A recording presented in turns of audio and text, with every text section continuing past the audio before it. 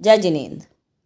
आज हम आपको सुनाने जा रहे हैं जैन धर्म की एक ऐसी अद्भुत कथा जहाँ भक्ति ने मंत्री को मुनि बना दिया, द्वेष ने निर्दोष की हत्या करवा दी और अंत में धर्म की विजय हुई।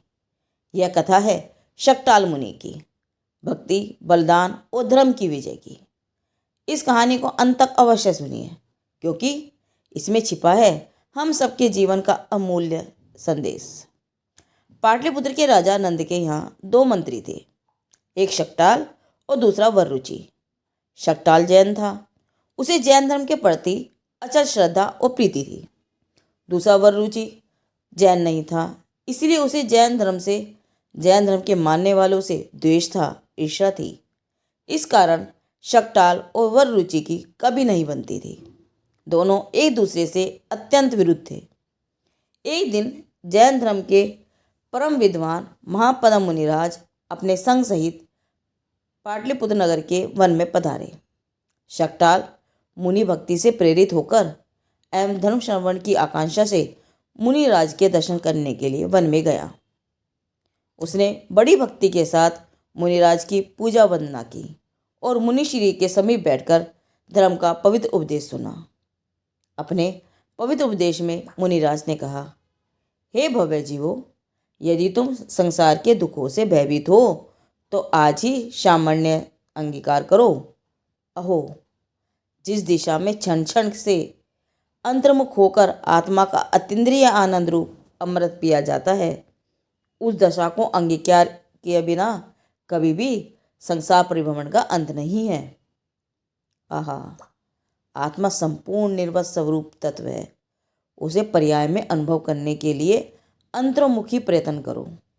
अपने को जानो, पहचानो, अपने में ही जम जाओ, रम जाओ।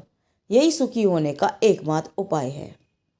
मुनिराज के उपदेश का शक्टाल के इस धार्मिक एवं कोमल हृदय पर बहुत गहरा प्रभाव पड़ा। वह उसी समय संसार का सब माया जाल तोड़कर दीक्षा ग्रहण करके मुनि हो गया।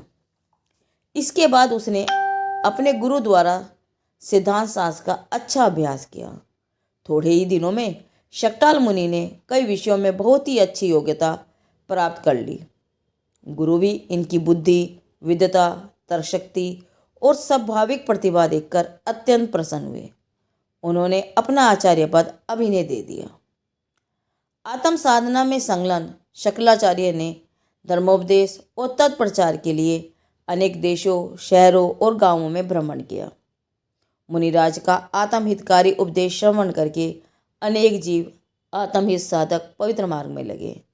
मुनिराज के सातिश्य प्रभावना योग से दुर्गति के दुखों का नाश करने वाले पवित्र जैन धर्म का प्रकाश सर्वत्र व्याप्त हो गया। इस प्रकार धर्म प्रभावना करते हुए वे मुनिराज एक बार फिर पाटलिपुत्र पधारे। एक दिन शक्टाल मुनि राजा के अंतःपुर में आहार करके तपोवन की ओर जा रहे थे। तभी मंत्री वररुचि ने उन्हें देख लिया। इस पापी ने पुराने वैर का बदला लेने का ये अच्छा अवसर देखकर राजा नंद से कहा, महाराज, आपको कुछ पता है? इस समय अपना पुराना मंत्री पापी शक्टाल भीख के बहाने आपके अंतःपुर में रणवास में घुसकर न जाने क्या अनर्थ कर आया है। मुझे तो उसके चले जाने के बाद ये समाचार मिले, नहीं तो मैं कभी का पकड़वा कर उसे उसके पाप की सजा दिलवा देता। आपको ऐसे धूर्तों के लिए चुप बैठना उचित नहीं है। सच है, दुर्गति में जाने वाले पापी लोग बुरे से बुरा कोई काम करने से नहीं चूकते। राजा नंद ने अपने मंत्री के बहकावे में आकर क्रोधपूर्वक उसी समय एक नौकर को आज्ञा दी कि वह जाकर शक्टाल को जान से मार दे। अरे रे मूर्ख पुरुष, दुर्जनों द्वारा उकसाए जाने पर कृत अकृत्य और भले बुरे का कुछ भी विचार न करके अविवेकी होकर दूसरों पर अन्याय करने के रूप में स्वयं ही अपने नरक के द्वार खोल देता है। सो अभी तो राजा नंद ने ही वही किया, पर थोड़े ही समय बाद जब उसे सच्चाई का पता लगेगा तब वह प्रायश्चित करने के अलावा कुछ न कर सकेगा।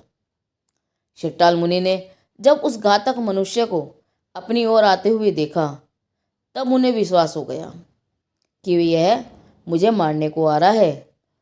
और यह सब कृत्य मंत्री वर रुचि का है। जब तक वह घातक शट्टाल मुनि के निकट पहुंचा, उसके पहले ही वे सावधान होकर समाधिस्थ हो गए। घातक अपना काम पूरा कर वापस लौट गया। इधर शट्टाल मुनि ने समाधि से शरीर त्याग कर स्वर्ग लाभ प्राप्त किया।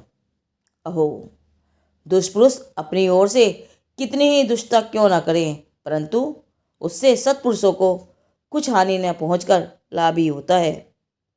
जब राजा नंद को संपूर्ण सत्य वस्तुस्थिति का ज्ञान प्राप्त हुआ तो उसने सब बातों की गहरी छानबीन की। तब उसे पता चल गया कि शट्टाल मुनि का कोई दोष नहीं था, वे सर्वथा निरपराध थे।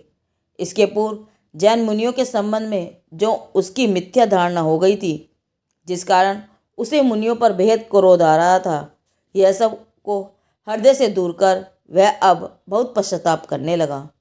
उसने अपने पाप कर्मों की बहुत निंदा की। इसके बाद वह श्री महापुदम मुनि के समीप गया। अत्यंत भक्ति से उसने उनकी पूजा वंदना की और सुख के कारणभूत पवित्र जैन धर्म का उपदेश सुना। धर्मोपदेश से प्रभावित होकर उसने श्रावक के व्रत धारण किए। अब जैन धर्म पर उसकी अचल श्रद्धा हो गई। वह भी मुक्ति पद का अनुगामी बन गया। देखो कुसंगति का प्रभाव। यह जीव कुसंगति में पड़कर अपने हिताहित का विचार किए बिना ही अनेक कुसंगित पाप कर्मों में लिप्त हो जाता है। यदि स्वयं की सत्पारता को हो तो अच्छी संगति ग्रहण करके सत्कर्मों में संलग्न हो जाता है।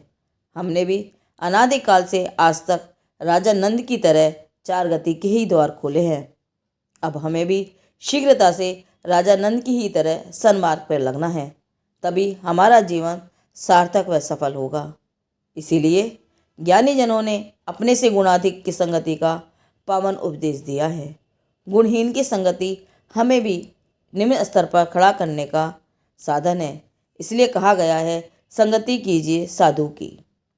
शट्टाल मुनि पर आधारित यह कहानी जैन धर्म की कहानियाँ भाग 22 से ली गई है। और ऐसी ही पावन जैन कथाओं के लिए हमारे चैनल को सब्सक्राइब करें। जिनदेव की वाणी आगम वाणी।